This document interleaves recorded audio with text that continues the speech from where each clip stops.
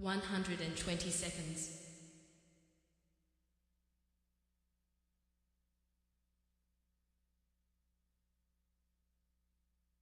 110 seconds.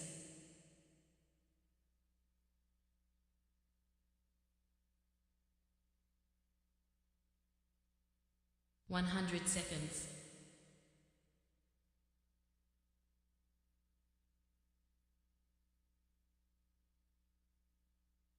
90 seconds.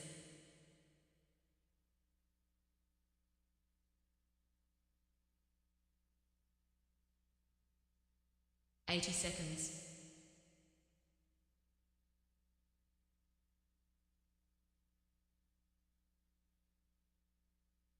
70 seconds.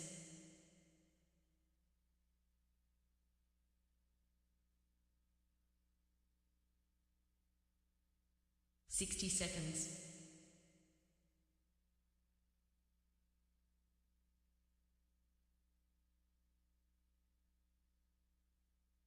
50 seconds.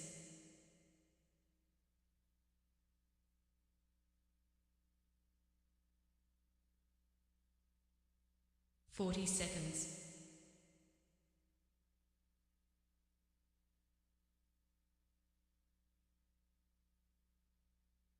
30 seconds.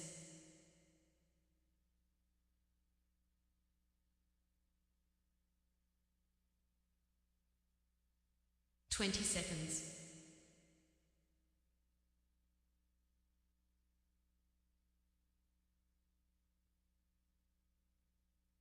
10 seconds.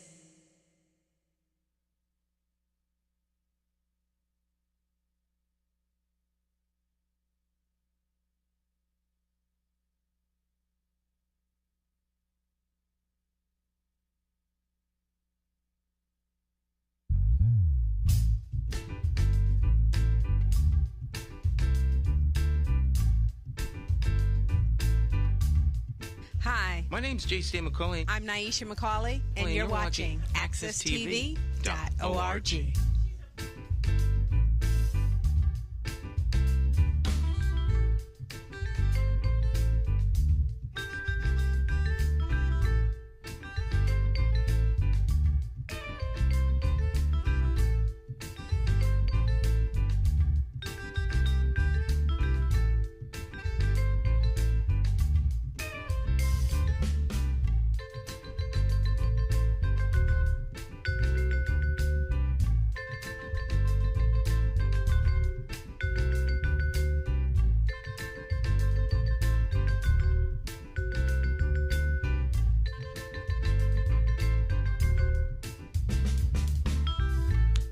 All right, my friends.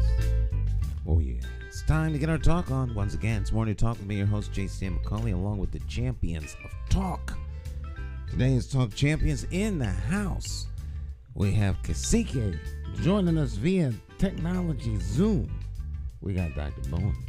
In the background, we got none other than Jay Hogarth. So, let's get started.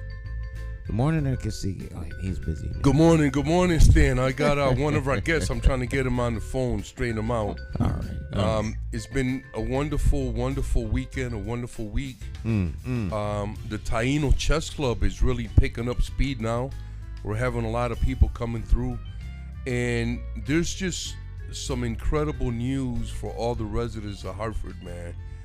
And I just have to say it, Stan, bro. I am so happy that you decided to throw your name in the hat for mayor. Now we have a legitimate candidate. To all the residents of Hartford, we have a legitimate candidate now. All that rabble, push him out the way. Let's put the man in there. Come on, y'all. Let's go. Stan McCauley for mayor 2023. You heard it here first, right here in the Morning Talk. Wow. Level of excitement there. How many need him out on the campaign trail? Let's go. Yes, we have a most definitely qualified contender for the city of Hartford, Connecticut. And so May the best individual win. And you heard it right here. Good morning to everyone. It's a fabulous Wednesday for myself. I started realizing as I woke up this morning that I got myself double booked, so I'm gonna have to pull out my titanium iron and straighten some stuff out. Now, when you say you're double booked, are you double booked today or another day in the week? Today, tomorrow and Friday happen to be at least two conference / workshops that I'm booked for. So one's online and one is on the premises, and so I don't know how many devices I'm gonna need to be able to manage that, but I'm gonna have to work something out over the next I want to say 10 hours or so to make sure I can get myself ironed out of these wrinkled situations. But it's all good though. It's all about time management, and it's something that I actually stress and highly suggest to my students that they work on, and I let them know every single day is an opportunity to get a little better in the time management. And I too fall into that predicament where time management becomes something I have to straighten out. Ain't nothing going on but straightening over here. Yeah, nothing worse than being double booked, especially if you got to be in two places at the same time. Little difficult, but you'll make it happen. Absolutely. You will. I know you will absolutely make it happen. So, how was your week there, Dr. Bowen? What? It's been a whole week since we seen you last. I know. It's these days, even though we're easing out of this quote unquote pandemic, it seems like the days are still blurring a little bit because every 24 hours seems to move faster and faster. So it boggles my mind when somebody says, "Oh, I wish we had more time on the clock." I'm like, no, it's hard enough to manage these 24 hours. But the weekend was great. It always goes by pretty fast, and here we find ourselves midweek. So let's get our talk on. All right. Yes, and once again, you heard it first right here, and let's make it happen. Let's shake the foundation to its very core. Let's select someone who is not linked to any political party. I'm excited, family. We have a legitimate candidate, Stan McCauley, a man who's dedicated his life to service, and particularly of service to the Hartford community. So we have a legitimate candidate, y'all. Let's put him in there. Let's shake the foundation to its core. There's a whole lot of shaking going on right about now. And Dr. Maya, I'm so happy that you talked about your students. Mm-hmm. Please don't forget to mention to them the importance of electing legitimate candidates to office. Absolutely. It's their civic duty to make sure that they're tapped in and they have a finger on the pulse of what's going on, because local politics impacts them directly. And so with everything else that's going on, it's very essential that these conversations be had so that, again, they can keep their finger on the pulse and identifying who's for them and who's against them. Because when it comes down to the policies and the decisions that are made locally, that's where it is that the impact is felt the most. And so absolutely, when the conversation arises, I'm definitely on top of that. And we need to be, and we for certain, Dr. Maya, we need to know who is on our side. We need to identify our allies so we can move forward accordingly. Absolutely. Just like in a chess game, you got to know how it is that the moves are being made and who are on the actual positions on the board, and be thinking ahead what the next moves will be based on what the opposition may present. And so it's all strategy and intentionality. And so we're ready for our move to put us in a position of checkmate with our mayoral candidate. That's my one bar for the day. No, none other than J. Stan McCauley. That's what I'm talking about. Spitting rhymes. I don't know if they even use that term These Yeah. kids change it up every week. They change it up, Stan. I don't Dropping know. a bar or I don't two. even know if that was Dropping a term bars. when when it was a term. Yes. Was that a term? Spitting rhymes? Yes. Yeah, Yes. yeah, definitely. Yes. What's Spitting old rhymes, becomes new spitting again. knowledge, all of that. Absolutely, absolutely. Hot and heavy in our local area. The Hartford Board of Education actually had a meeting last night, and I just wanted to briefly just give a quick overview of what happened. So through voting, a motion was made for the Hartford Board of Education to adopt the fiscal year 2023-2024 itemized estimate of expenditures in the amount of $429,382,852 effective July 1st, 2023. Now, keep this in consideration that this is almost $500 million. Half a billion. That's a lot of expenditures in terms of dollars. And so, in order to make it make sense, what was presented by the superintendent and her cabinet was an overview of some slides that they had used in previous presentations. And from my perspective as an observer, leaving that particular meeting just left me with more questions, because as they tout, transparency is key. But if I have more questions, that means that it wasn't as transparent as it is that they made it to be. Some additional information related to the motion. The motion was made by Ms. Kimberly Oliver, seconded by Francois Drestel Leger. Final resolution, the motion actually passed, where the yeas were Kimberly Oliver, Philip Rigor, AJ Johnson, Yvette Bello, Francois Drestel Legier, Tyrone Walker, Jahira Escribano. Nay was Shantae Brody, and absent from the meeting was Dr. Jim Schmerling.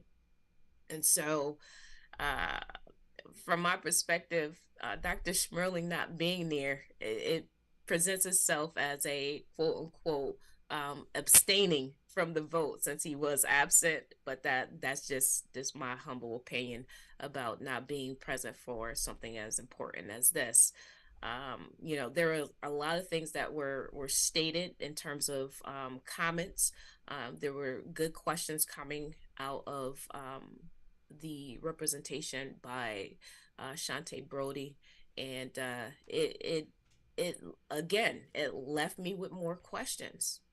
And as of right now, I don't know whether or not they have a balanced budget, but it has been recorded. So for all of those that are interested in finding out what actually happened on last night, by all means, please go to accesstv.org, where you can find the replay being present for all posterity, if I'm saying that term correctly. But yeah, it's available. So local happenings, please keep your finger on the pulse, because very, very important, because this is the type of event / decision making that actually impacts you directly. And for those of you that have school age children that attend Hartford Public Schools, that budget means something. So put your finger on the pulse and tap in.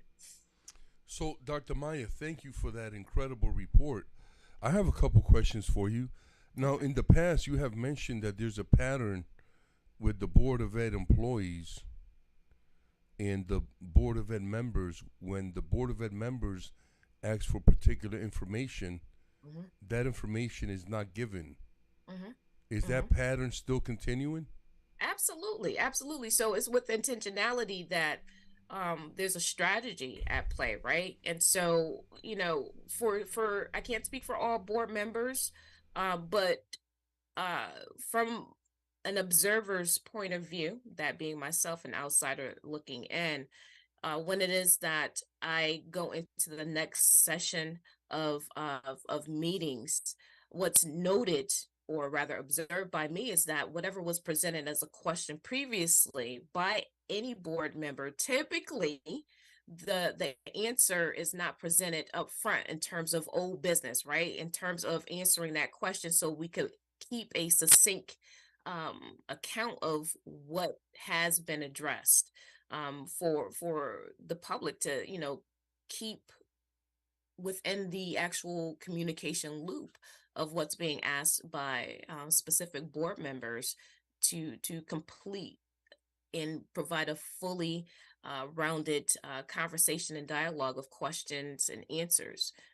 So, with that being said, if it is that the answer can't be provided during the same meeting that the question was asked, then I, as an observer, would like to, upon the next meeting, know what the results were in terms of obtaining the actual answer.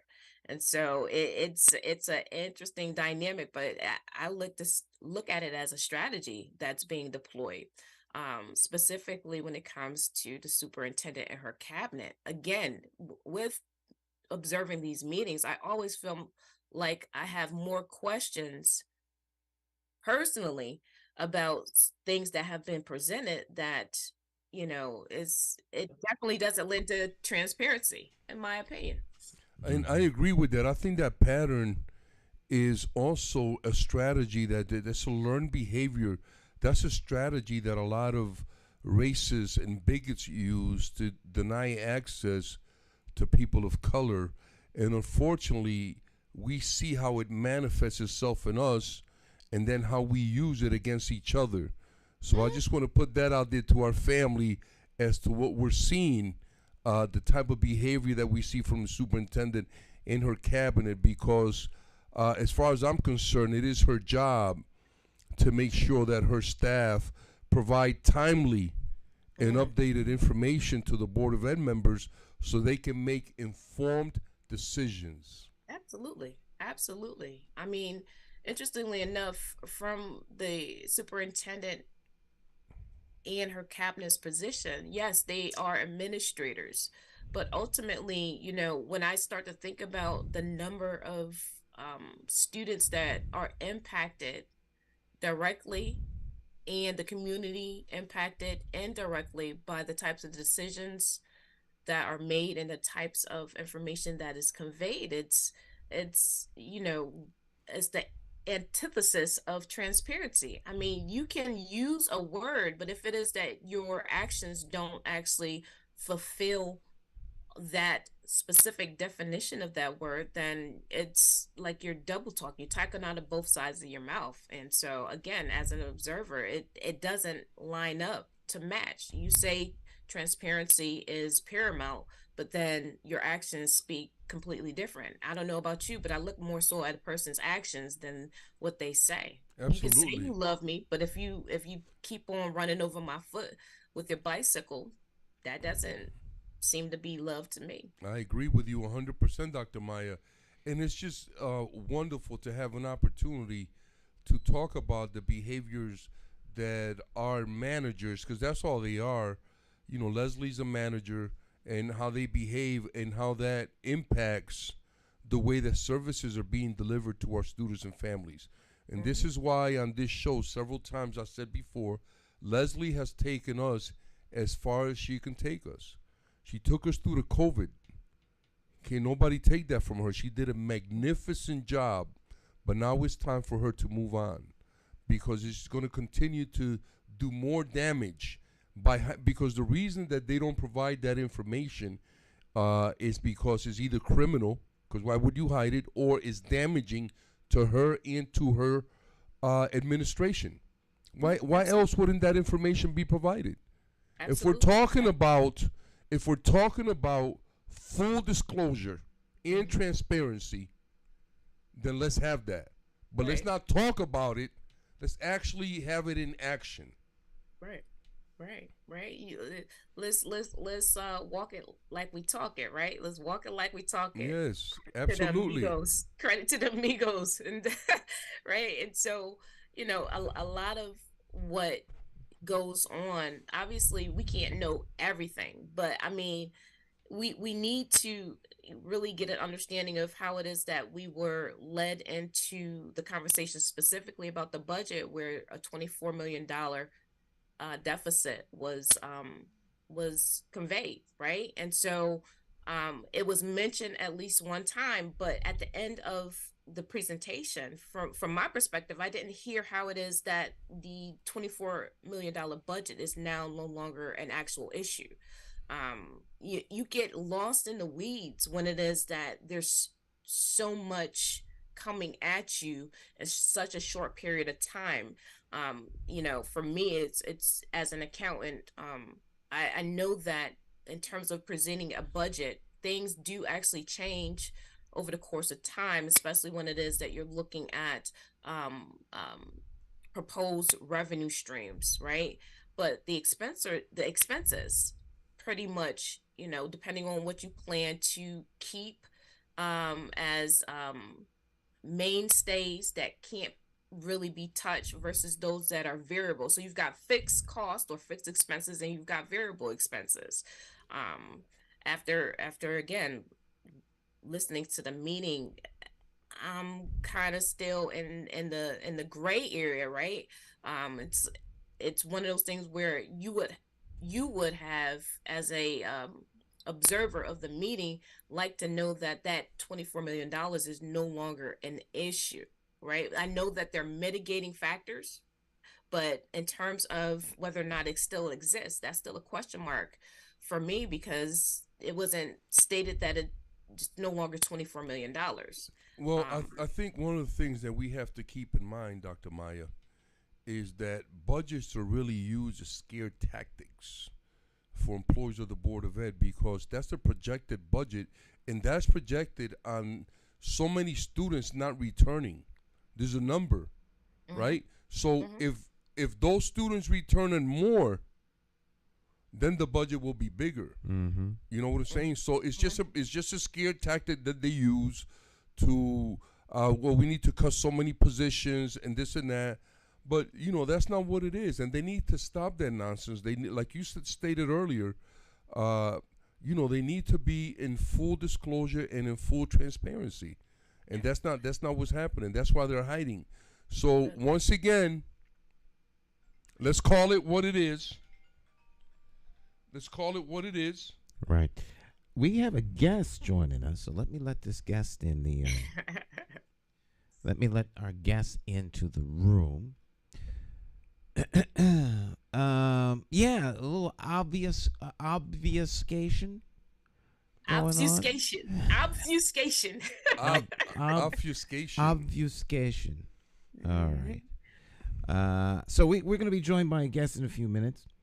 So why don't we take a break early, and then we will be right back with the guest. Beautiful. Dr. Maya, thank you so much, man, for all that great information about the board, man.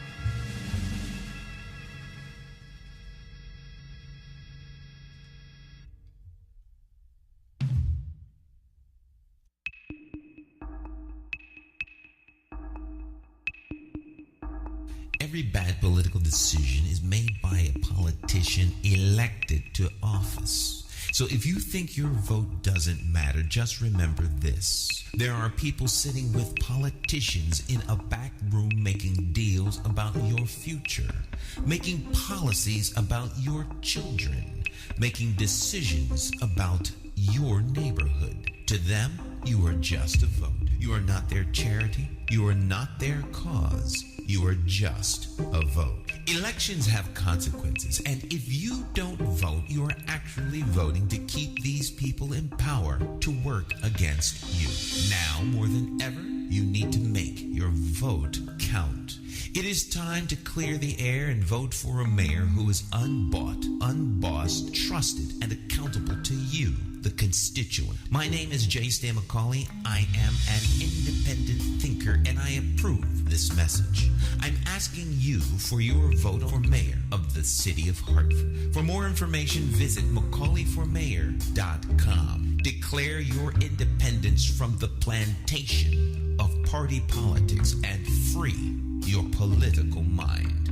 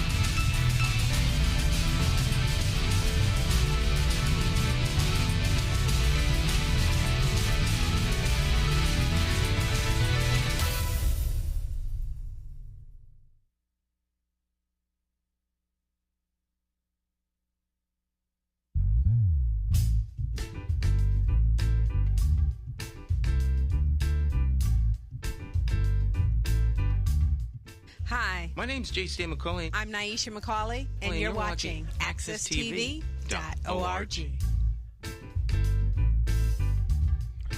All right, welcome back. It's Morning Talk. J. Stan McCauley here with Cacique and, of course, Dr. Maya Bowen. And Stan, I just want to say, man, that was an incredible advertisement, bro. Oh, I you like loved that? it, You man. like that? Yes, You like nicely done, bro. Especially the stuff about the party politics. But I have a guest today, and I'd like to introduce him. He's a magnificent brother from Hartford who has also dedicated his life to working with youth. And he was one of my, and continues to be my mentor and a brother for life, man. I'd like to introduce everyone to Cleve Royster. What's happening, Cleve? Good morning, brother. All right. This is scary, Lou. Good morning. This is scary, man. This high-tech stuff. Hey, man, that's all right, brother. We you know, it's great to hear your voice. I'm glad that you're doing good. And, you know, let's jump right in, man. Give us a little bit of your, you know, your background, man. Tell us about you growing up in Hartford, Cleve. Hello? Yeah, you're good. We got you. You could talk. Oh, okay. Hi, good morning. J. Stan McCauley, congratulations on your decision to run for mayor. That's what's up. Thank you, sir. Thank you. You know, our Hartford need a change. Hartford need a change. And I think that you will make help make it a magnificent change. You know, it's always good when people come from the left and come from the right and know what they're doing. You know, so you know, hopefully this will all transpire, work out for you. You know, you got my vote. In other words, all right. Well, I appreciate that. I can't do nothing without the people of Hartford. So you are a living legend. Right. Well, one thing I know about you, and I probably know more about you than you know about me, is that you're a grassroots person. You've always been a grassroots person, you know, and no ifs, ands, buts about it. It's like If the seeds were planted, you're the root. So it needs to happen. It needs to happen. Then you got if Lou say you're okay with me, man. That's it. Thank you, Cleve. Man, tell us a little bit about growing up in Hartford, Cleve. Well, I don't know how much time y'all got, but I grew up as far back as I can remember in Chatterow Terrace. That was my first memory of, let's call it, life. And I went to Mary Hooker High School, and that was one of the first. I lived on Chatterow Terrace, D227. I remember that address. And I went to Mary Hooker School. We used to go to the boys club, Southwest Boys Club. Those guys there were wonderful. I remember when they had the Police Athletic League on Saturday morning on TV, and I remember seeing like the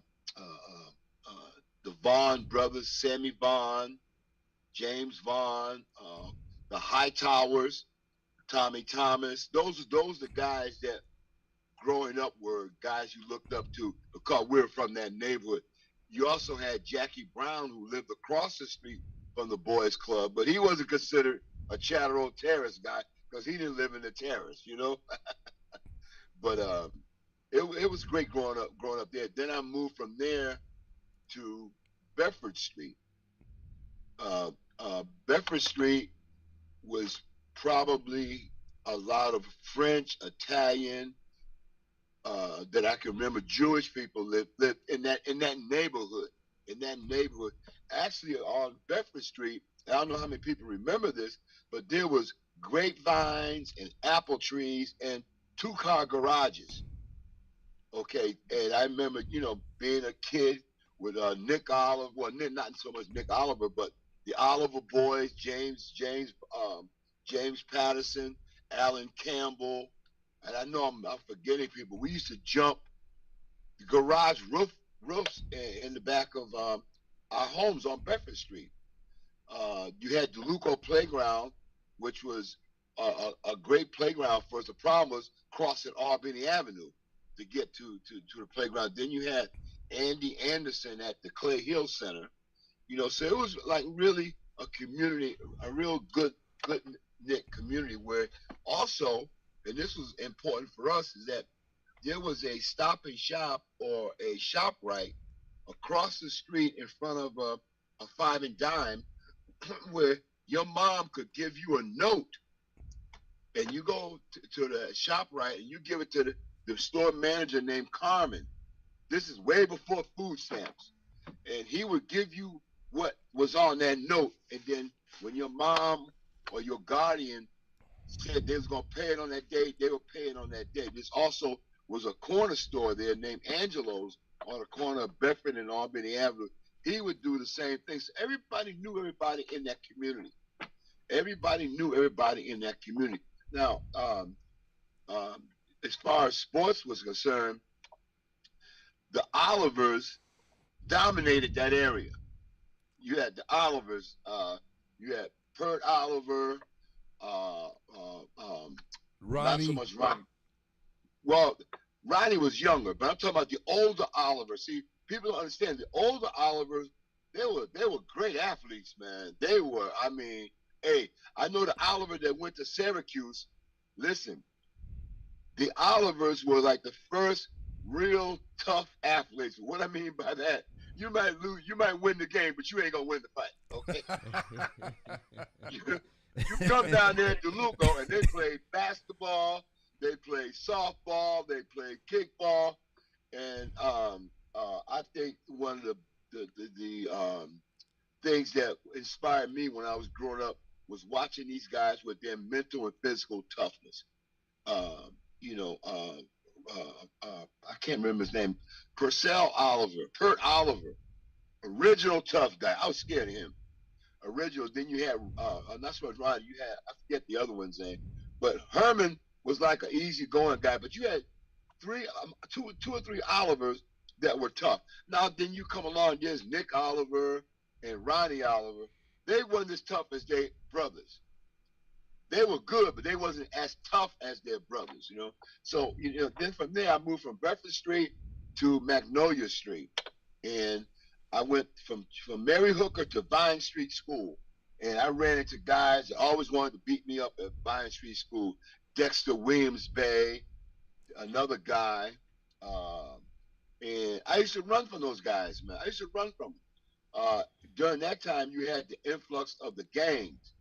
And I remember Teddy Easterling chased me from DeLuco Playground. No, chased me from Ninth Gym, because at Ninth Gym used to go to Vine Street School for Ninth Gym to play basketball. And I would go there, and he chased me one day. He ran me past my house. I was living on Marvin Street then. He ran me past my house, about 8 of them. Ran me past my house. I took a left on Enfield Street, a left on Greenfield Street, a left on Magnolia Street, and circled back around. And in that neighborhood, the doorbells actually work. So I pressed the doorbell. I pressed the doorbell, and my aunt said, "What do you want?" I said, "Open the door, open the door." You got to get buzzed in. I said, "Open the door. They getting ready to beat me up." She says, "Go around the back. I just mopped my floor." I said, so I end up going in the back. I go upstairs. My aunt said, "What's wrong with you?" I said, "They were trying to beat me up. They were trying to beat me up." She said, "Boy, you going back downstairs. You gonna take that butt beating, and they will leave you alone, because right now they don't respect you because you keep running." I went down there, man. I fought like 3 guys. I don't want to know the outcome. I don't remember the outcome. I had a bunch of stuff on my eye, but respect. Okay, so then I left Vine Street School. No. When I was on Bedford Street, went to Bonnet Brown. That's when I first met Mr. Hurley. He was the physical education teacher, and I was like the classroom clown. And the interesting dynamics or relationship that he and I had, and every time I think of him, I kind of break up a little bit, because he did so much for so many kids there. I mean, so many kids, so many. Somebody I was trying to figure out when he started his foundation, who was the very first Doc Hurley Scholarship Foundation winner. And I kind of figured it out. I said, the day he got the job with the Harvard Board of Education, and he went to Bonnet Brown, and he called roll call. Whoever name was the first name he called, that was the first Doc Hurley Scholarship recipient. Scholarships doesn't mean that it comes in a financial package. It comes in a wholesome package. It comes in a package where those guys in the community at that time, they saw you doing something wrong, they put you in check. That was Mr. Hurley, Mr. Gordon up in Stowe Village, Mr. Carter. I can't even Roland Harris, the Harris guys, the guy that ran CRT. That and you saw black men and black females, mostly at that time it was the black men that were out there in the community for us knuckleheads. And we learned to respect them. We learned to respect them, and they held something that we hadn't seen, and that was that pride in being a black man, pride in living in that community, pride in coming out of the store, and they would see you and they would say, "Hey, Royce, what you doing over here? You better behave, boy." "Yes, sir, Mr. Carter." I did not know Mr. Hurley's name was Walter until I was like maybe in my 40s. That's beautiful. Because everybody knew him as Mr. Hurley, Doc Hurley, okay? The Perry brothers. I mean, it's just so many guys, man.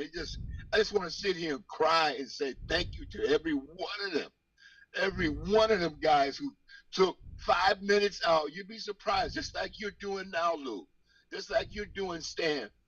Take 5 minutes out and just acknowledge a kid or say, "Hey, man, you know better than that." Mm-hmm. What's up with that? And they respect you. That's community respect. That's community respect.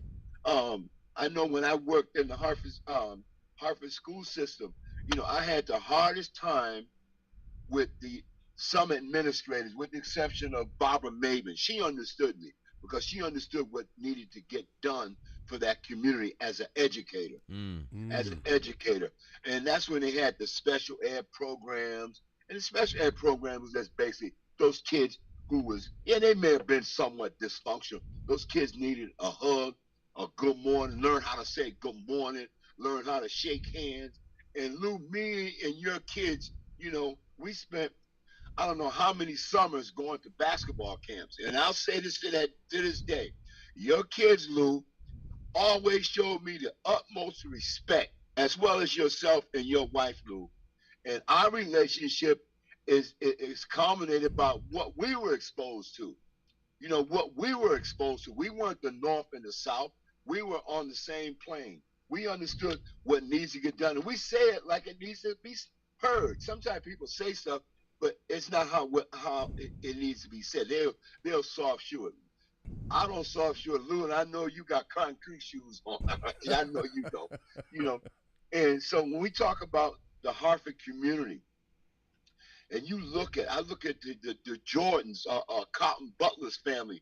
He had 4 sons that went to Project Concern out in Glastonbury, Connecticut. Glastonbury back in the 70s. And all 4 of Daisy Butler's sons graduated from Glastonbury High School via Project Concern. So here was a whole bunch of positive stuff going on there, unrecognized by the Hartford Current, the Hartford Times, and even sometimes it may be a little blurb in the North End Agent, if that's still around, with the guy that played football for Weaver. So it was great. Then you would see the guys that play football or sports in that community continuing on stuff, and it was just a great foundation for a lot of us. Because I tell you, man, I used to I'm all over the place, but I remember being a kid sitting on the sideline and watching Bobby Knight out there playing basketball, and I remember he took 5 minutes, maybe 10 minutes, and showed me how to shoot a left hand and a right hand hook shot, and you couldn't tell me nothing, man. Bobby Knight showed me how to shoot a hook shot. And I had the hook shot down, left and right hand. And I will never forget this as long as I live. We played Maryland in the 72 NIT championship game, and Lynn Elmore blocked my hook shot. Well, prior to him blocking my hook shot, Dr. J used to come up to the park, Keeney Park. And, you like, I didn't even know who he was. All I know, a guy pulled up in a Mark IV with the tire in the back, blue. He had a giant afro. I said, wow, who's that? They said, well, that's Julius, Dr. J. Julius, who's that? He played for UMass. I mean, he plays for basketball? Yeah, he plays for UMass. But we also had our group of guys. Billy Jones was my hero, man. I thought he was the baddest dude in the world. I call him Philly Billy. And even to this day, I call Billy Jones Philly Billy. I remember him playing at Fairfield, getting cut by the 76ers. I was hurt because I said, wow, my guy's going to make it to the NBA. Wow, right out of Hartford. I could identify. Even to this day, if you run into him and you say, Billy, Mr. Jones, what did Cleve Royster call you? He called me his hero, or Philly Billy. That's respect. I also remember at Weaver sitting in the stands seeing coaches from Kansas, Wichita, the whole Hartford community, as far as the athletic and academic perspective. These kids were getting scholarships left and right. Jewett Newkirk used to kick the football out of the stadium at Weaver. He got a full scholarship to Arkansas. Nice. Ben Matthews, Wichita State. Wayne Jones, Niagara. The Wells brothers, Bridgeport. Owen Mahorn, Fairfield. So all this, and you want to know something? You look back on that, the one person who stands out with all the connection is Doc Hurley. I remember him standing at a game when Hartford played Weaver, and he was under the basket. He was under our defensive basket, and he was giving me stuff to do to Bob Nash. Nobody else said anything about where he was standing because he was Mr. Hurley. And he was saying, body him, push him. Don't let him do this. Don't let him do that. And I tell you, when we won that game, I saw that man. He had tears in his eyes. And he was just so happy for me because I was one of his original knuckleheads. I mean, original knucklehead. Now, we go back to when I couldn't play for Weaver after we won the state championship. Even winning that state championship with John Loban, the Loban boys, Biddy, the Hardaways, Dexter Williams, but I don't even, Lance Paul, all those guys, Master Nardi, I mean, all the Fugees and stuff like that. What culminated for Weaver to win that first championship in the school history, and I'm going to say this, is that them parents, the William Bays, the Mr. Campbells, all those teachers that would turn their lights on so we could put in an extra mile of practice down on that field. Okay? And when we won the championship, first football championship at Weaver High School, the whole pride of that community was behind us, you know. And the ironic thing is that I never saw the Hartford Board of Education acknowledge Mr. Hurley. Never. Until they named the gym after him. You know, well, the field house, you know, that was fine. But that was, he self-made that. They had no choice to do that because he was just outstanding in that community. I remember when I needed to go to a prep school, and him, Doc Hurley, Miss Miller, and Dr. Cobb, Dr. Richard Cobb, God bless him, God bless him. They got together and they took me to St. Thomas More. First, Mr. Hurley and I went to look at this school in Boston called Thompson. It was Thompson Academy. Well, you know, the only water I ever saw was the Connecticut River in the Keeney Park Pond. I didn't even go to Polk Park, you know. So they're going to put me on a boat and take me to this school. I used to watch scary movies, man, you know, where they put the person on the boat and it's foggy out. That's how it was in Boston. I looked at Mr. Hurley. I got off the boat. Mr. Hurley said, come on, Big Cleve. I got off the boat. I got on land. I said, okay, Mr. Hurley, I'm ready to go. I don't like this place. Because I didn't swim. So if I got mad and wanted to go home, I would have to swim. I said, no, I don't like this, Mr. Hurley. I don't like this. So we ended up going looking at a couple other schools. Then we went and looked at St. Thomas More. And I went to St. Thomas More playing for Nick McCarchick. And that was one of the best things to ever happen to me. Because I'm 73 years old, I'm in pretty good health, and I'm still here today. And I respect and bless those people for taking time out of their lives to help me, because it allowed me to continue on helping others. And, you know, I call myself a Hurley soldier, Lou. I'm not a general, I'm not a captain, I'm just a regular Hurley soldier. You take a couple of kids, you take one kid, you mentor them. I look at Jordan Butler, man. Jordan Butler and I are so tight. It's unbelievable. One of my kids that I had when I moved down here, I go and get him every weekend because he's autistic. He's having a problem, but he don't have no problem when he knows if he don't behave, he's not going to be with Coach Cleve over the weekend. You know, Saturday. What is me going to a gym for 2 hours, letting this kid come, and then bringing the kid back home? We stop and get the Wawa breakfast. 2 for $5. I ain't got no money, Lou. But anyway, I ain't got no money, so we go 2 for $5. That's beautiful. And he enjoys it. But the bottom line is that he's behaving in school and at home. So, you know, you have that. I sit back and going to St. Thomas More. Here I am, right out of Weaver.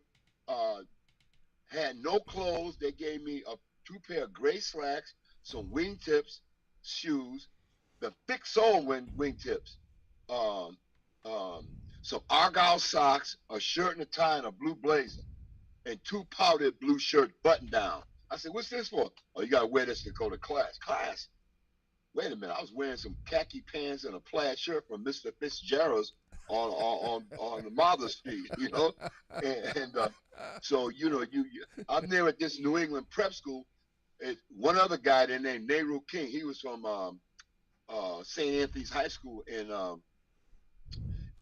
Jersey City.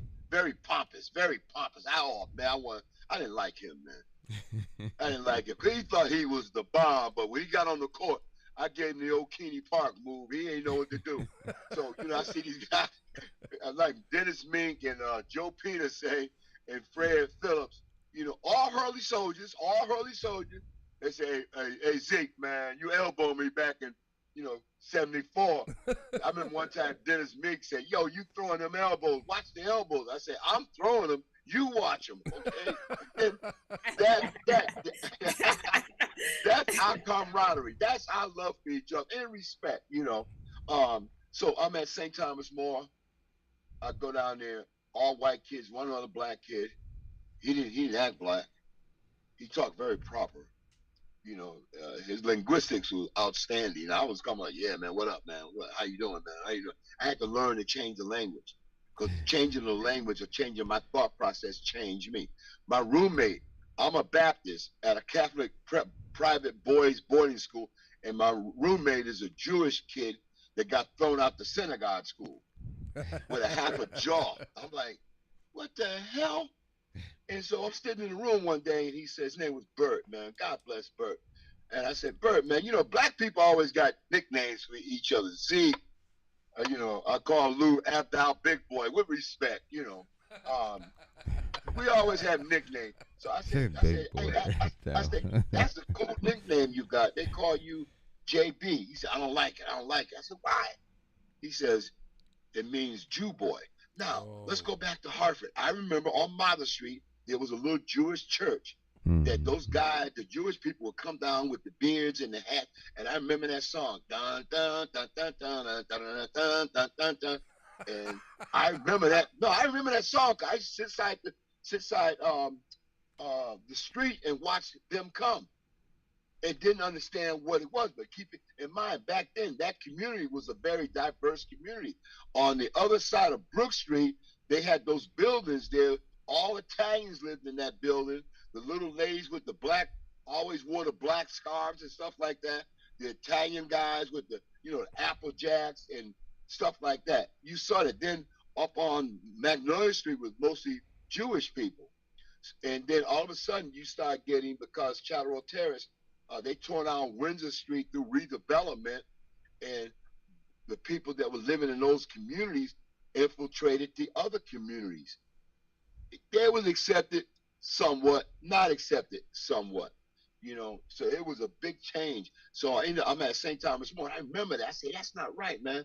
And then he said something. He says, what do you think they call you, Zeke? I said, Zeke. He said, no, they don't.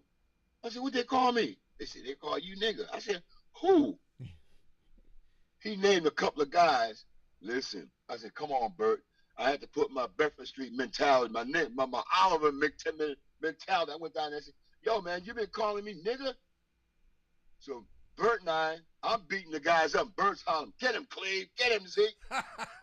He's watching. He's watching. Bert ain't throw a damn punch. All right? And I was kidding. So now, here it is. Here it is. The black guy, the Jewish guy, got to go to the Catholic court. The Baptist, Catholic, the Baptist and the Jew have to go to the Catholic court. Yeah. We didn't stand a chance, man. So they said, all right, this is what's going to happen. They met. They said, we're going to go think this up. They met for 2 minutes. I said, damn, Bert, they going to throw me out, man. I'm going to get killed. Mr. Hurley going to kill me. Never mind Mr. Hurley. My Aunt Grace going to kill me.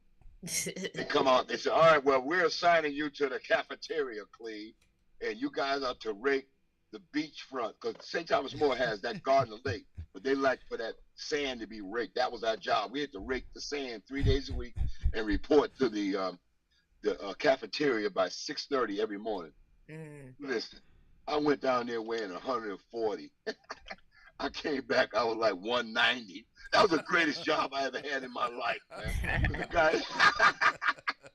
The guy said, all right, break up, 50 eggs. I broke up 50 eggs, showed me how to cook them. He said, fix you something. Man, I was eating like 6 eggs, pancakes, bacon, drinking orange juice, milk. as I want to say, the WIC program ain't have nothing on me. It ain't had nothing on me. I was eating well. I was treated pretty good. And then we won the New England Prep School Championship, another first. So I done won the first state championship at Weaver High School in football. I go to this prep school out of Hartford, some 50 miles out of Hartford, and we win the school's first New England Prep School basketball championship. And then I came back the second year, and we won it again. And I'm the only one in that school's history to date to win 2 New England Prep School championships back to back. So now McCarthy is saying, well, this school want to see you. I say, see me for what? They want you to come for a visit. Nobody was educated. It's not like it is now. These kids, they come out the 7th grade. They got 7th grade. They got an agent. What is the top 50 player in the country? He's a top 5 recruit. What is a top 5 recruit? There's so many great athletes out here, and now the marketing has taken place. And yeah, those kids are getting scholarships, but you know what the ironic thing is? Only 60% of them last. Because when you get into that real reality, see, I'm the type guy, listen, you could bring all that write-ups you want, but you got to prove it on the court for 40 minutes.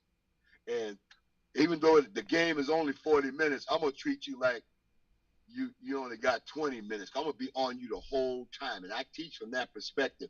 Mental, physical, emotional toughness on and off the court. So now I'm looking at these schools. I was fortunate. I met Rick Mount at Purdue. I met Dave Collins at Florida State. I met Calvin Murphy at Niagara. I met Bob Lanier at St. Bonaventure. This little black nappy-head kid from Chatterow Terrace going to a New England prep school and being recruited by, I'm calling them prestigious Division I schools. And you know what, Lou, Stan, Doctor, I had the grades. Yeah, I said, I got the grades. That's what I'm talking about. I had the grades. I used to change my F's when I was at Weaver to A's.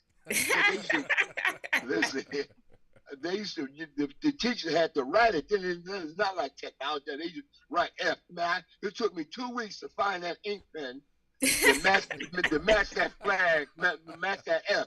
I said, man, you got all A's? I said, yeah, what are you talking about, girl? I got it.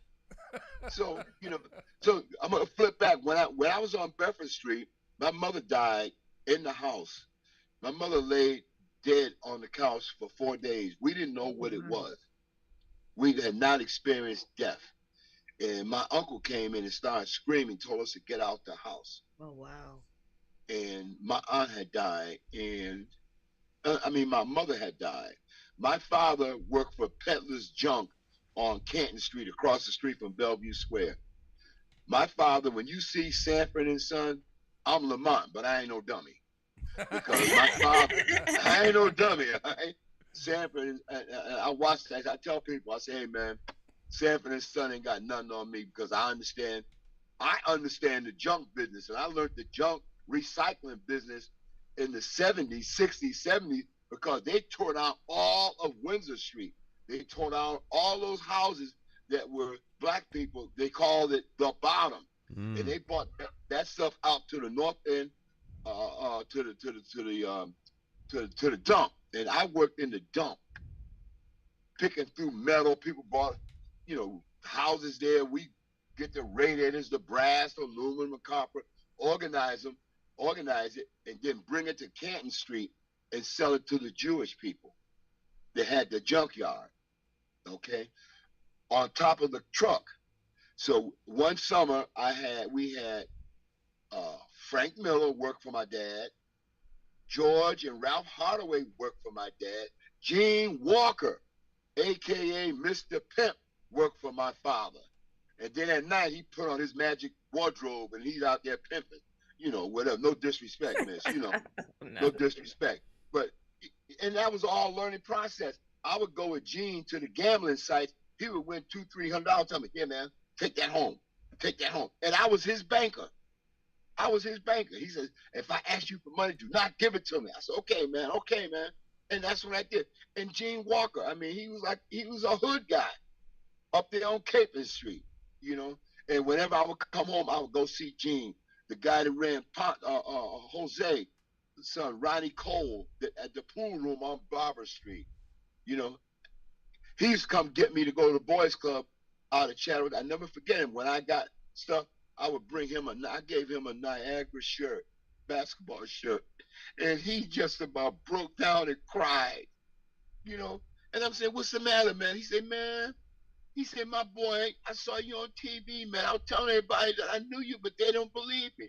I said, they don't believe you. I said, why don't they believe you? They said, man, because you're doing so good, they don't believe you that I know you. I said, man, you helped me. You used to come get me, ask my mom if I can go to the boys club to play basketball.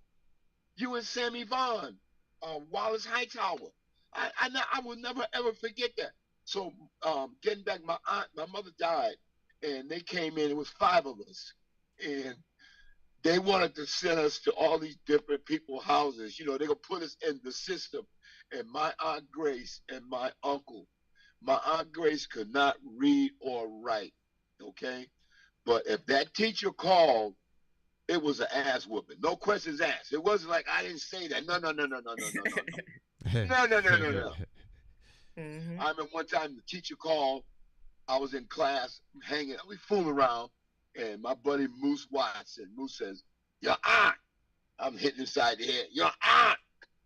And I said, and she said, back then, you know, I'm gonna give you a picture of my aunt. It's about 5'5", had a stocking cap on, a jaw full of snuff. The stockings roll up to the knees with a knot in them, and a sleeveless day dress, and a spit cup because she dipped snuff. She said, "Come here, nigga." Well, excuse the language. "Come here." And I said, "Oh no!" And back then, when they called, you better be the road runner and get up there. They ain't like, "Oh man, what you want, man?" Oh, no. She no. She said, "What did I tell you I'm gonna do to you next time that teacher call?" Now I got all my boys in back of me. They laughing. They on the floor crying. And I said, "You said you gonna hit me in the head with a hammer." She said, "Speak up." I said, She said, "I ain't gonna ask you again. Speak up." Now, I know the difference between a regular hammer and a ball peen hammer. Mm-hmm. My aunt had a short ball peen hammer. And she said, "Hold your head down." I said, "Grace, don't hit me in the head with the hammer, with the ball peen hammer." My boys on the ground dying laughing. And she raised that hand. I watched it raised. I watched the hammer raise up. And the teacher said, "Don't hit him, Miss Royster. He gonna do no. Don't kill him, Miss Royster. He's gonna do good." Listen, I sat in the front of the class. Now, she taught science. Now, this is $1 million question. When I graduated from college and got a job at Weaver teaching, what do you think I taught? Science. Science. To this day, most of the jobs that I've had have been either science or math and working with kids with behavioral issues or behavioral concerns, okay? I remember that. And Mr. Hurley comes in the classroom. "They Cleve, you're facing the hammer, huh?" I said, "Nah, this man, I'm about ready. My aunt ready to kill me, man." So, you know, I graduated. Now, the other thing, I graduated from Niagara. I was captain of the basketball team, you know, president of the Black Student Union. I was in the photography club because they ain't had no black pictures of the kids, of the student. We did stuff. We had the OJs come on campus at Niagara. We used to have about 25-cent parties at Niagara. We had a black art festival at Niagara. I was president of the Black Student Union, and I got nominated to be president by the black student body there. And I'm like, wow, this is me. You want me to be the president? How much does it pay? It don't pay anything, Cleve. Okay, you know, I was about that money, you know. So anyway, you know, we accomplished a lot, and I graduated from Niagara. And they had, you know, the family there. My father drove up there in this raggedy Buick. To this day, I don't know how in the world that car made it there, but it was smoking. And it's like when he pulled up with my sister, who was on a mainline heroin addict, My sister was sober for my graduation. She was sober for my graduation. My aunt, who couldn't read and write, and my uncle, who was there, and I tried to be just like my uncle Willie Royster, my uncle Aunt, man.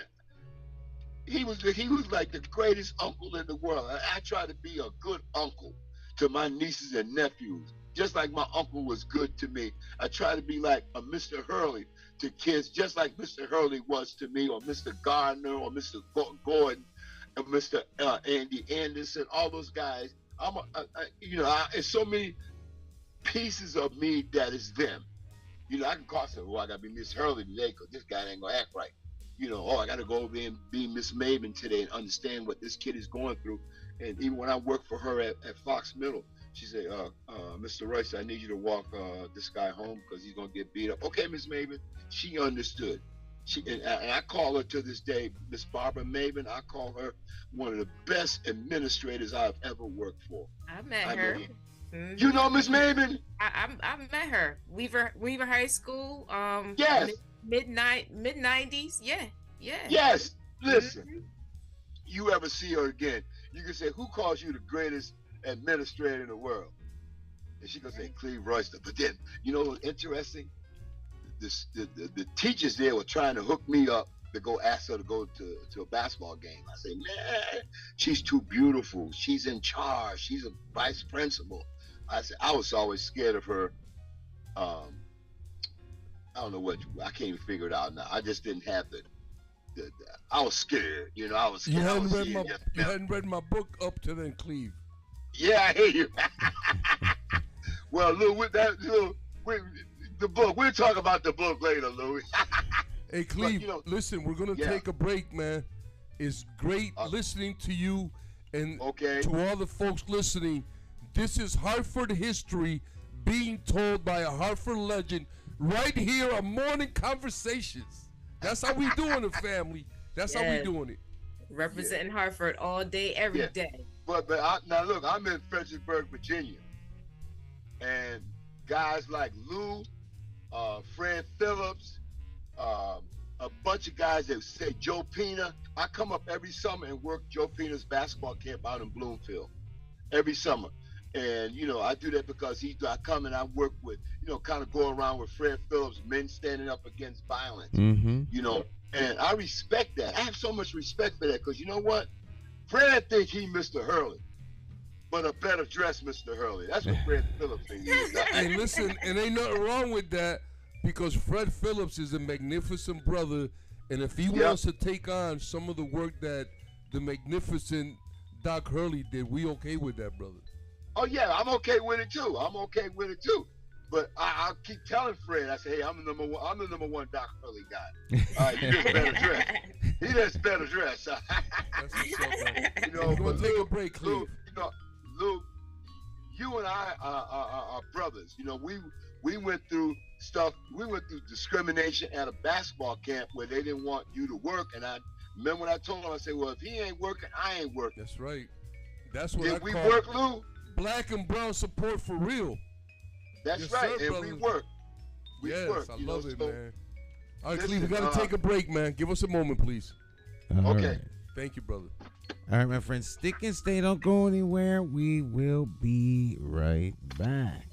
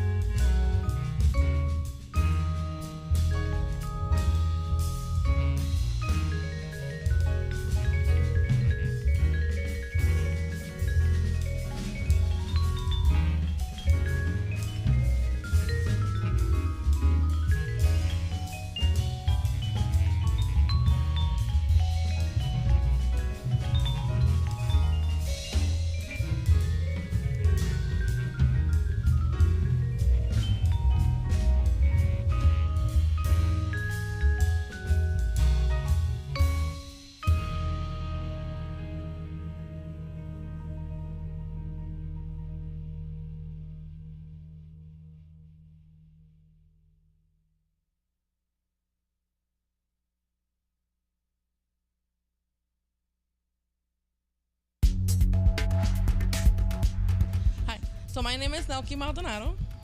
My name is Ramon El Arroyo. And we know that Hartford Parent University provides good services and resources to parents in our communities, which are greatly needed because a lot of times our parents, they don't know where to go, how to get information, and being part of this program is essential to them in being successful in their children's education. And I think that parents should get involved in their kids' education because it's very important. Education is, I always believe, is a success in life. If you got a good education, you can be very successful. So we encourage our parents to please come join the program, ask lots of questions, and I'm telling you, you won't be disappointed.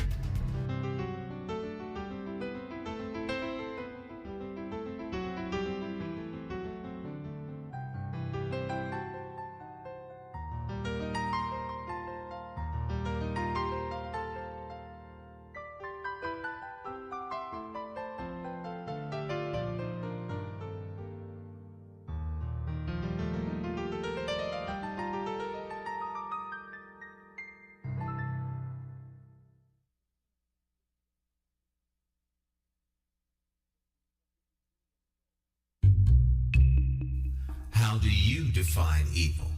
Is it the pedophile school administrator or taxation without representation?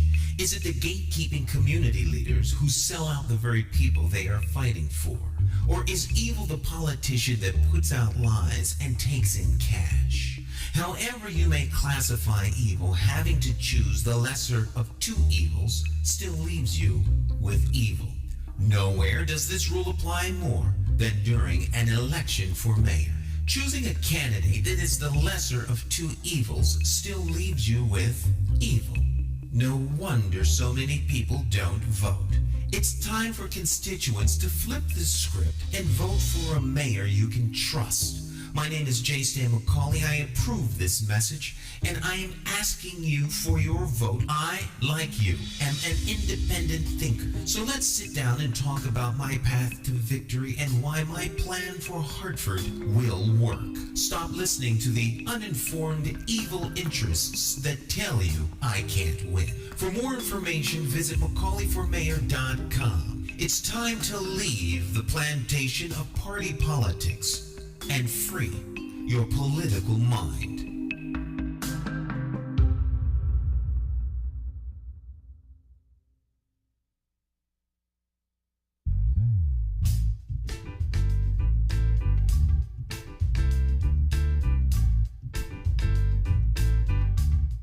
Hi, My name's J. Stan McCauley. I'm Naisha McCauley, and you're watching AccessTV.org.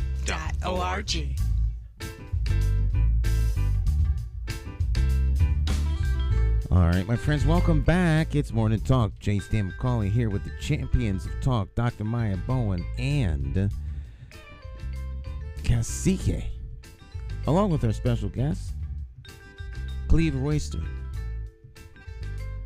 Cleve, man, it's so good to listen to all these wonderful stories about people that are really heroes in Hartford, man. These people that you keep mentioning, Doc Hurley, Mr. Gordon, you know, all these other people, man, that kind of impacted in an extremely positive way so many lives of young men and young women, and we must always keep their name, you know, in good standing. In our, you know, we have to put their names out there so people remember them, man. And it's wonderful. Absolutely. It's wonderful to hear an esteemed elder like you share these wonderful stories. And you got a shout out, man. You got a shout out from brother Bill Costin, man. Yes. Hey, I got a- Mr. Buffalo Bill. Yes. I got a Hurley connection too. I was the fourth grade student of his daughter at Rawson Elementary School back in the 80s. Oh my God. Yes, you know sir. What? You giving me chills. You know, Mrs. Cosley. Mrs. Cosley. Yes. Yes, Mrs. Cosley. When he passed away, it was one.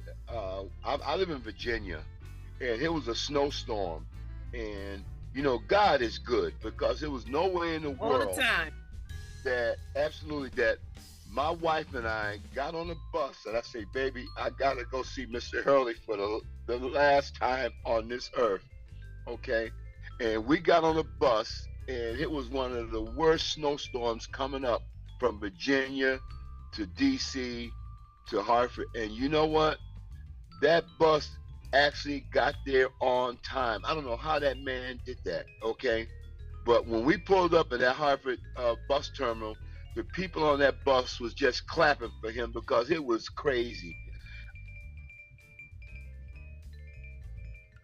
All right. The family asked me to speak. Now there was a lot of stuff going on that I was unaware of because I had moved. I had moved away, and my wife and I, my now wife and I, we used to come up and we used to go look for Mr. Hurley.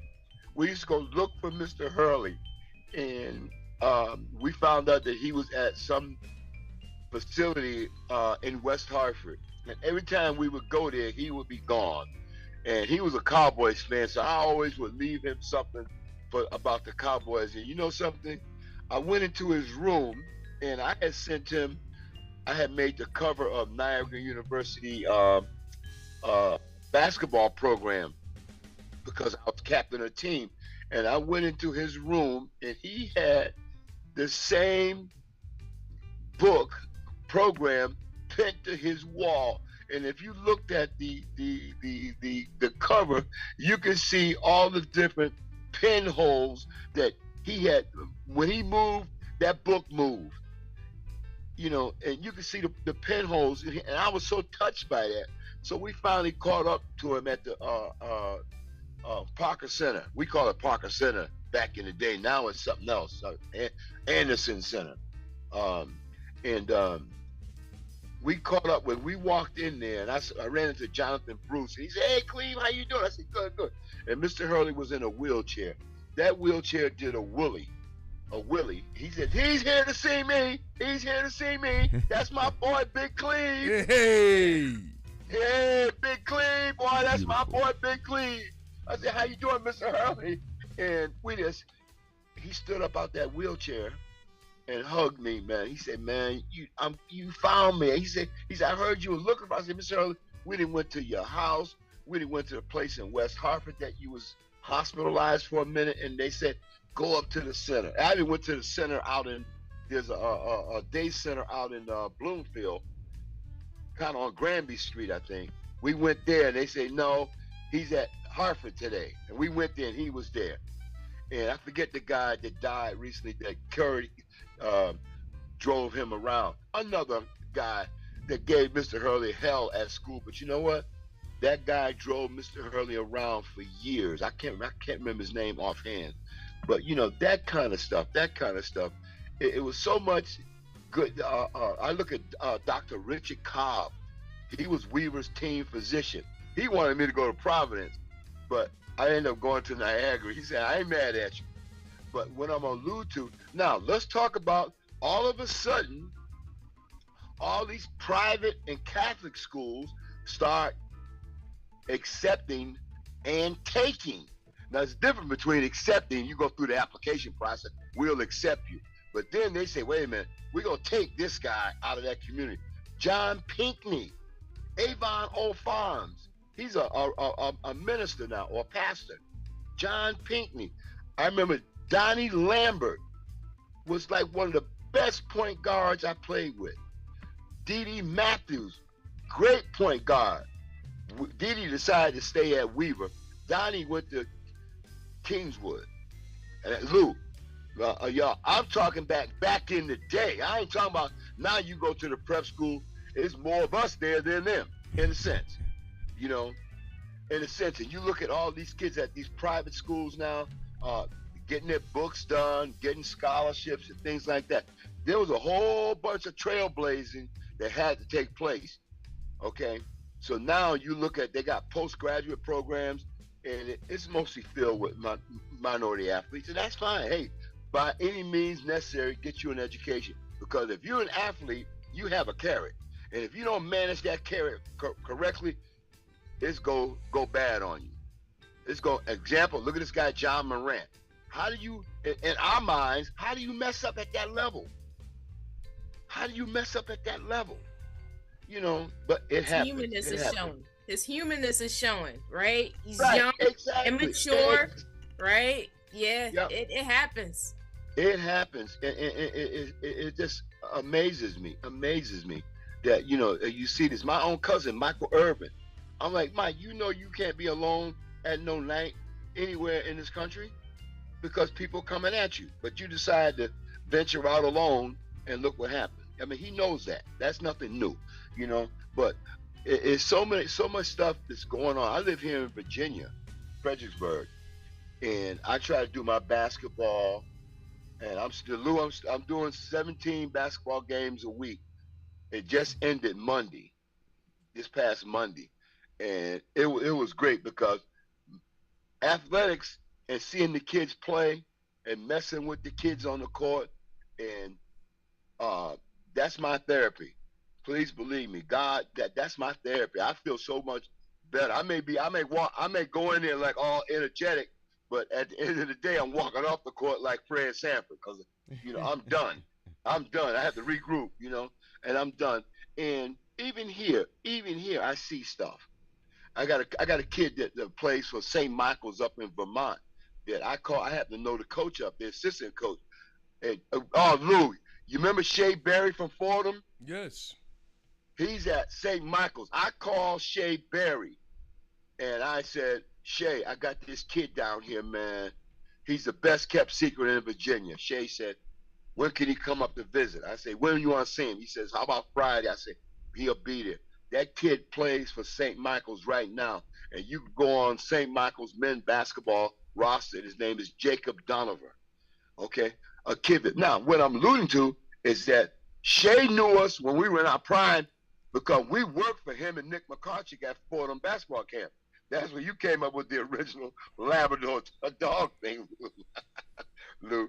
But, that's that connection that he knows if we are calling him about somebody, the kid must be okay. And he took that kid almost on my word after he went through the interview and the workout, and, he liked the attitude. And the kids, he started as a freshman. So, the kid that there's a kid on that team too that lives across the street from my brother out in Windsor Locks. I remember seeing that kid when he was 7, 8 years old out in the driveway playing basketball, talking to himself. So when I went up to St. Thomas More for a thing for Ernie, I said that this is so interesting because, and Joe Pena and I went to that one. I said it's interesting is that this kid got a full scholarship to St. Michael's, and when he was young, and y'all knew this, I thought something was wrong with the kid. And he's sitting there. I said, I thought something was wrong with the kid because he's out in the driveway talking to himself. But what he was doing, he was dreaming about him making a basket and all this, dreams. Kid, we all have dreams. He was dreaming that he made the shot and they won. He's running down the end of the driveway. So, I like I said earlier, we're good for nicknames. I call him to this day. I'll say, hey, driveway All-American. He puts the biggest smile on his face. I say, hey, driveway All-American. Wait a minute. It's just like your little smart behind son. We was giving a lecture at Fordham basketball camp, and I said speeding quickness. And then Lou, I'm going to get him next time. I got to get him. Lou said speeding quickness, okay? And I realized I made a mistake, but he didn't have to check me like that, Lou, So, hey, Cleve, anyway. Listen, thank you for coming on, man. We really appreciate it. And we'll have you back on, man, in a little bit. Hey, it's great. Listen, great stories, anytime.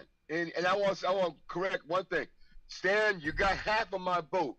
The other half, I got to give to Eric Coleman because Eric was one of these guys who had an opportunity to go to a prep school. Mm. You know what I mean? Back in the 60s. I'm talking about back in the 60s. So no disrespect to either one of you. I love both of y'all. And you're doing something great for that community, and he's going to do something great for that community. And the bottom line or the resultant is that the people in the community are going to benefit. Amen. And Lou, next time we'll talk about the book. Okay. All right, Cleve, take care, brother. All right. Thank you so Thanks much. for inviting me. Of course. Thanks for inviting me. Y'all made my day. We'll see you soon. Happy God birthday, bless sir. you. Okay. Have All a right, great bye one. bye. Peace, Royce. Okay, you too. Bye bye. Bye. Man, what a wonderful storyteller that Cleve is, huh? Mm-hmm. He had me here sitting on the edge, man. And I love it Awesome. when he talks about Bobby Knight and Doc Curley, because these people were also my heroes.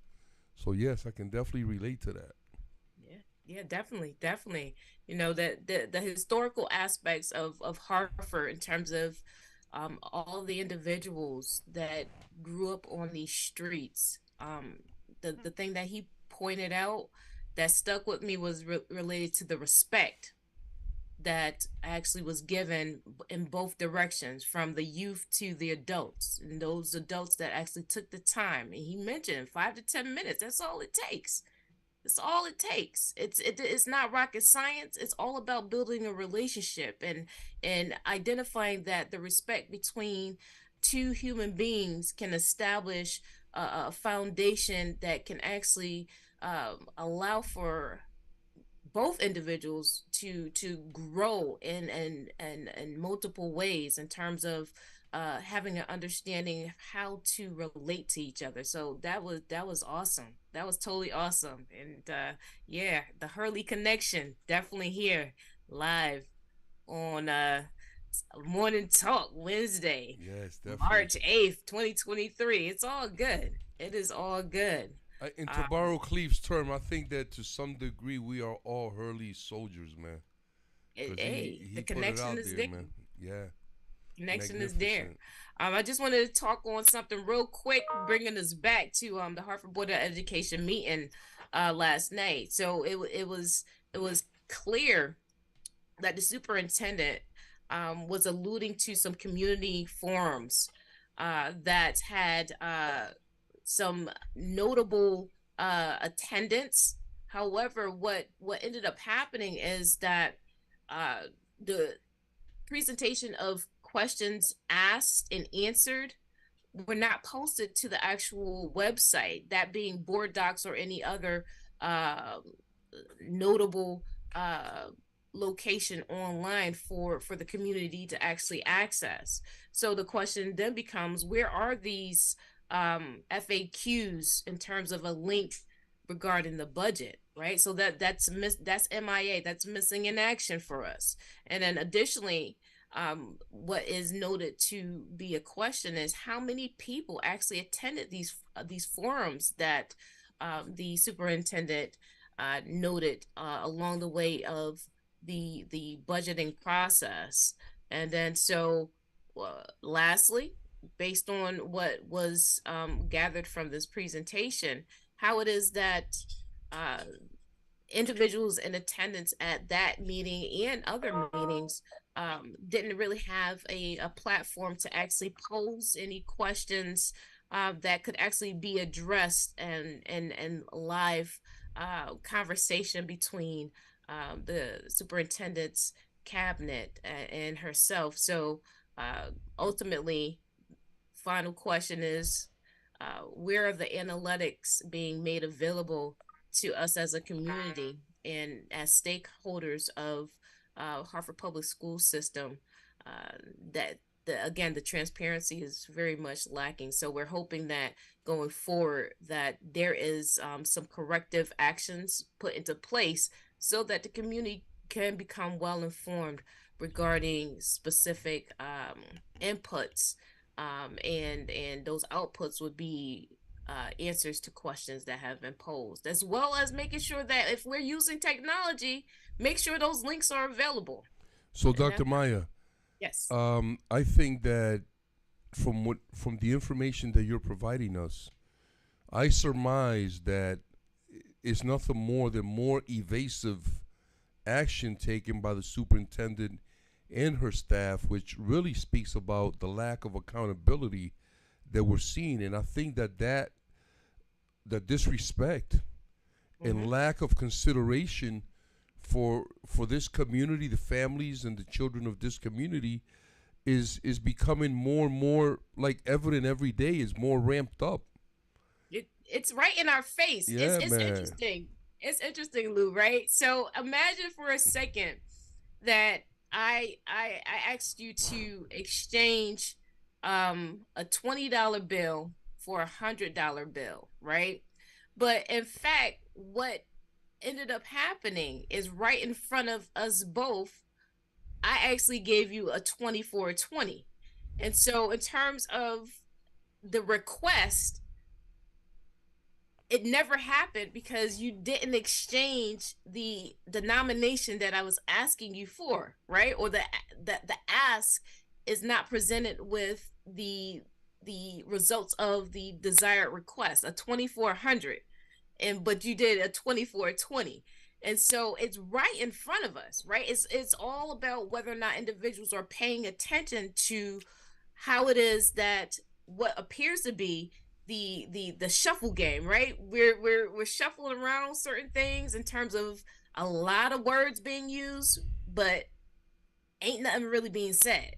And so you get lost in the weeds when it is that you're trying to get a question addressed that could be as simple as yes or no, but all this other evasive behavior. Yes, all these other words have been added to only just evade the question. So evading the question is a strategy that is used very well within the superintendent's cabinet. I got to give them 2 thumbs up on that. They do that excellent. They get an A+. So let me ask you this, Dr. Maya, and to the audience, to Stan, to our viewers and listeners. When does this evasive behavior that's being exhibited by the superintendent and her cabinet, when does that go from not following the rules and being evasive to criminal behavior? What does it take for it to graduate to that level? That's a great question.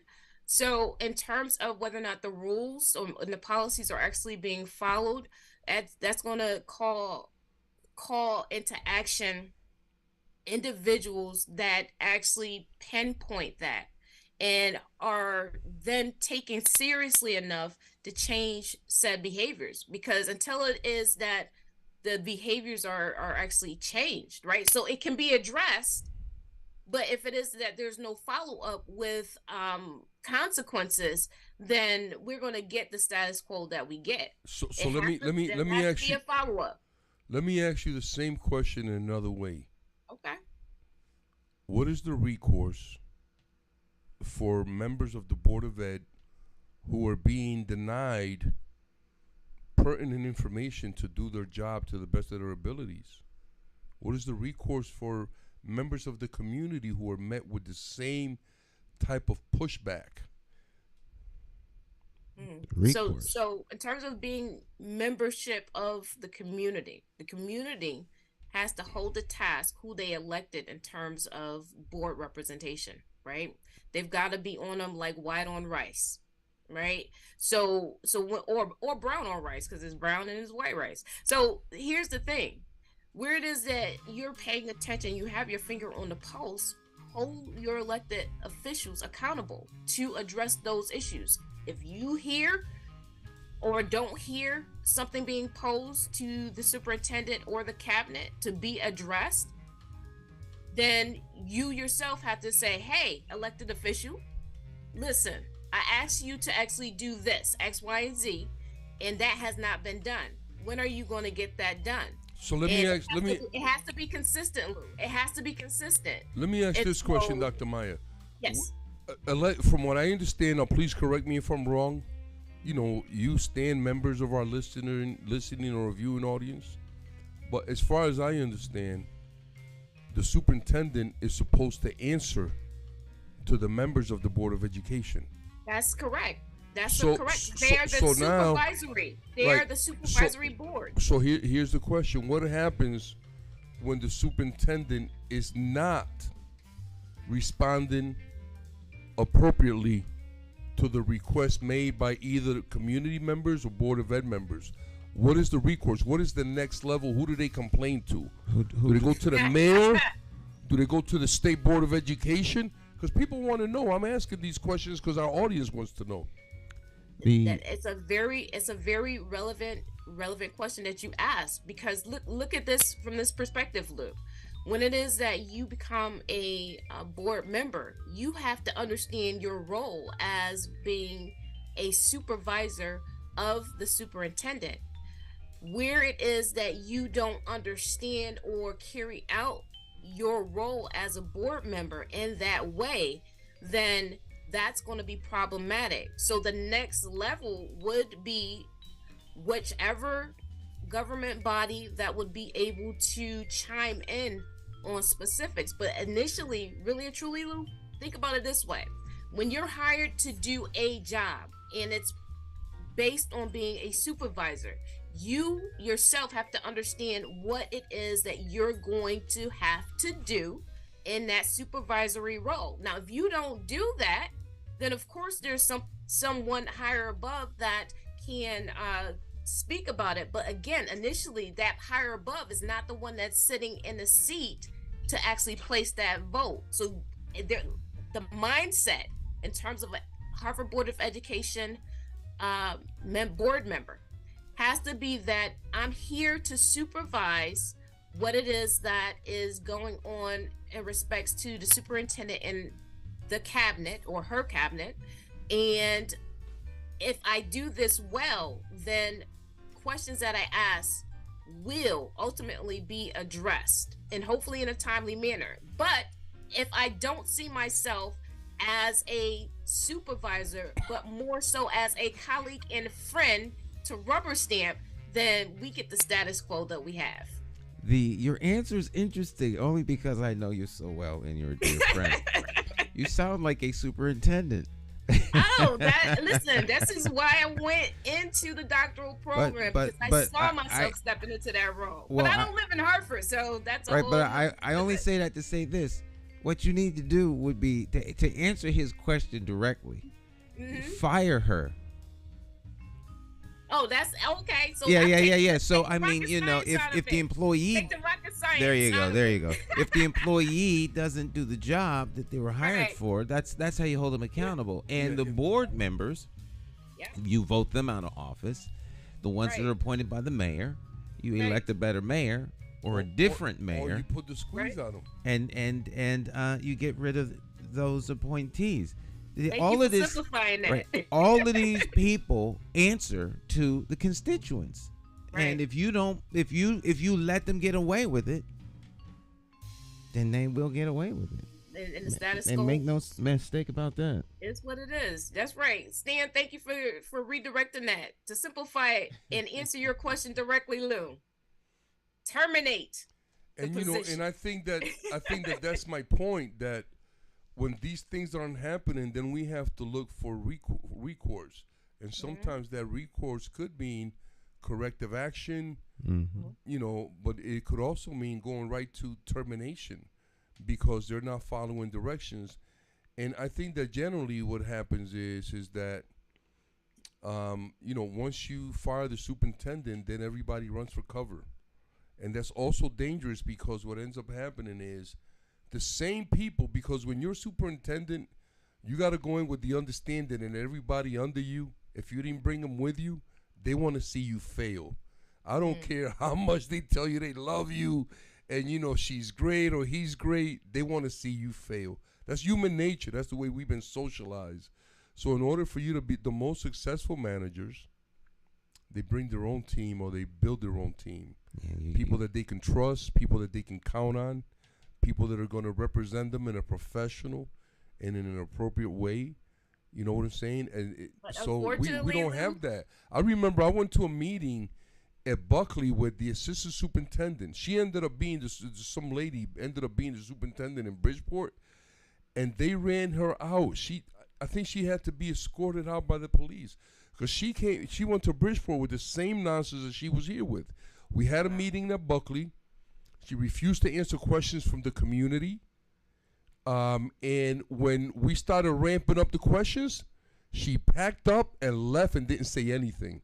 Her and another guy named Swan, who was also one of the brothers who was associated with stealing large amount of money in Springfield, in one of the Springfield school districts.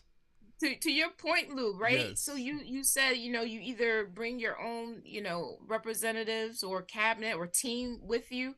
The danger of doing that is that if they're if they're going to be yes people, right, where you are actually going to be steered wrong is having individuals always saying yes to whatever it is that you're doing. Whereas if they really were respected and valued in terms of their input, even if you are going down the wrong pathway, they will tell you that. And if there's mutual respect between you all, then you can humbly accept that their input has some merit and, it's more valuable than yours at that particular moment in time. And if you don't have a team like that, Dr. Maya, then you don't need a team. You need say that one more time, because I missed that beginning part. Well, I said that if you don't have a team like that, then you don't have a team, because when I say by bringing or building your own team, you build individuals who are competent in their field, and then you let them do what they do. Right. You know what I'm saying? And the only thing that you ask is that you report back. Let me know if the things that I need to know, but particularly when you need my support. Not just when you got in trouble, but when you need my support. And you're not getting things done. But you want a team that you want to build a team that if you had to leave today, whatever you started, it'll run by itself. Right. You know what I'm saying? Good, so that's the kind of team you want to build. And that can only happen, people, to all our listeners and viewers, that could only happen, okay, when you have confidence and trust in the people that you work with. That's right. And that's where that value factor comes in, Dr. Maya. That's because I always say I never want anyone around me who doesn't want the very best for me that life has to offer. And if you are around me and if you have someone around you and they don't want that for you, then the question becomes, why are they around me? It's not that hard, you know? All right. Well, we are out of time, ladies and gentlemen. We thank you for flying with us. And we'll do this one more time next week. Absolutely. And the weeks after that. So. Yeah, thank you so much, Stan. It was a great show. Great program. Got a lot of thumbs up from the audience, and they really enjoyed our guests. We had one viewer wanted to send a message to us, so I sent her message to the guests. Okay, beautiful, man. And she wanted to have a conversation about the bottoms and about Clay Arsenal. Yes. Yeah. Cleve grew up in that neighborhood, and there's a lot of wonderful stories, a lot of great people that came from out of there. And I just want to thank all of the great people of Hartford, man, that have loved this city unconditionally and have dedicated themselves to the betterment of our community. I thank you. And on behalf of all our families, we thank you. So thank you very much. All right. Yes. All right. Onward and upward. Standing in the place of victory. Let's go. Stand 2023. Oh, I like that. Mayor. Yes. There we go. Stan McCauley for mayor. Right. Stand for Stan. And that's just the beginning, because when he turns Hartford around, then we can put him in the governor's office and make some sense out of the state stuff, man. No. You're a young man, Stan. You got a lot of thread on that tire, buddy. No. Hartford. All right, my friends, we will see you next time. You all have a great rest of your day. We're going to let our good friend Jay Hogarth take us out. You all have a blessed rest of your day. We'll see you next time. Ciao, ciao. All right, now. Thank you, Stan. All right.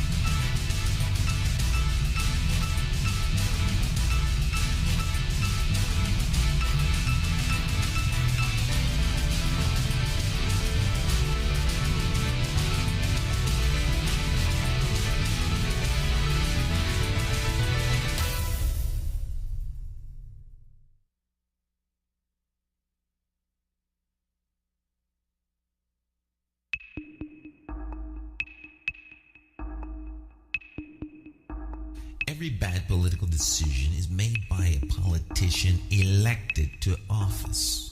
So if you think your vote doesn't matter, just remember this. There are people sitting with politicians in a back room making deals about your future, making policies about your children, making decisions about your neighborhood. To them, you are just a vote. You are not their charity. You are not their cause. You are just a vote. Elections have consequences, and if you don't vote, you are actually voting to keep these people in power to work against you. Now, more than ever, you need to make your vote count.